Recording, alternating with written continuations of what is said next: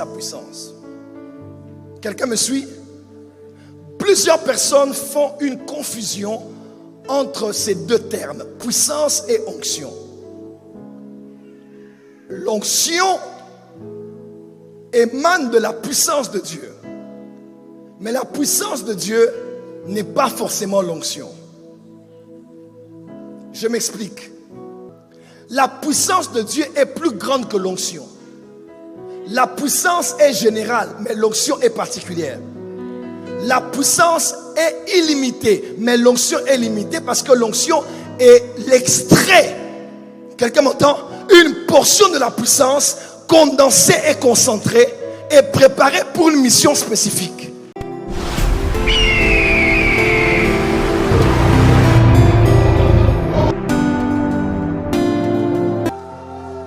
Dis avec moi, Saint-Esprit, je veux la puissance. Premier rang, j'ai levé les mains. Merci Seigneur. Touch, touch, touch, touch, touch, touch, touch, touch, touch, touch, touch, touch, touch. Jesus. Merci Saint-Esprit. Merci. Merci.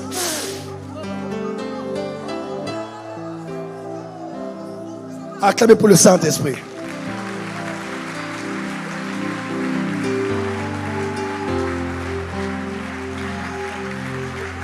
Non, que veut dire, dis avec moi, que veut dire la puissance de Dieu? Encore. Encore.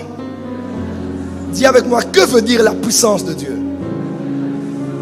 Définition. Je vous donne la définition. La puissance, c'est le pouvoir qui émane de la personne de Dieu. De sa présence.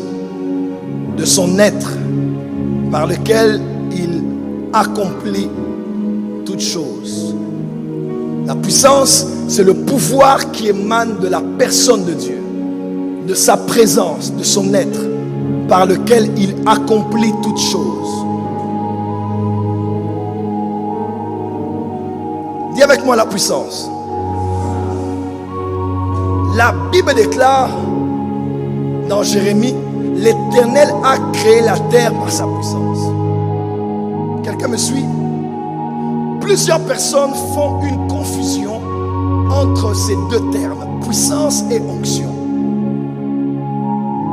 L'onction émane de la puissance de Dieu.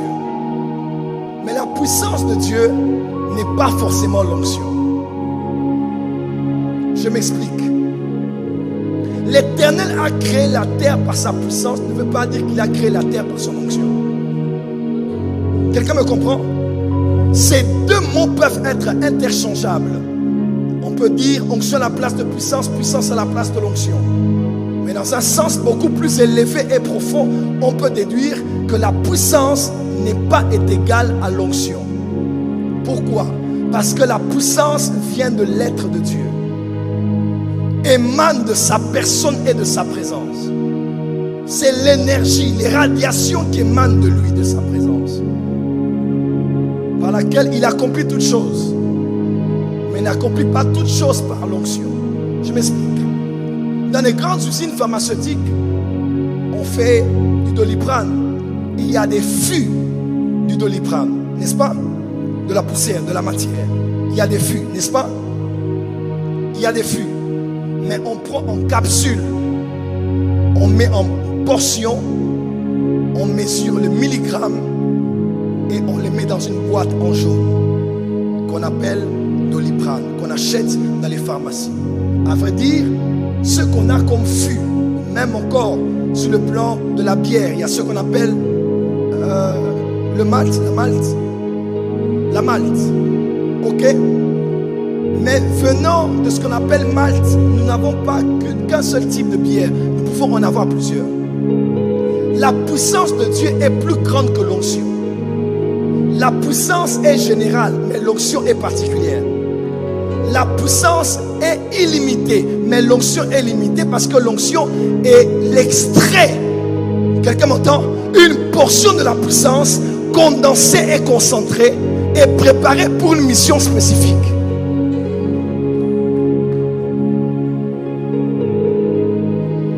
L'onction émane de la puissance, mais la puissance ne veut pas dire l'onction. la puissance, c'est le monde des possibilités illimitées de Dieu. La puissance de Dieu a ressuscité Jésus d'entre les morts. Ce n'était pas l'onction, c'était la puissance. Mais l'onction a été donnée pour un travail spécifique. Dieu a toujours été Dieu jusqu'à ce que son Fils soit devenu Messie. Parce que là, il a été oint pour un travail spécifique. L'onction est limitée, mais la puissance ne l'est pas. L'onction est limitée par rapport à la fonction, mais la puissance est illimitée. Elle va au-delà du travail. Aujourd'hui, tu n'opéreras pas dans l'onction, tu opéreras dans la puissance. Je dis, tu n'opéreras pas dans l'onction seulement, tu opéreras dans la puissance. Dis avec moi, dans la puissance.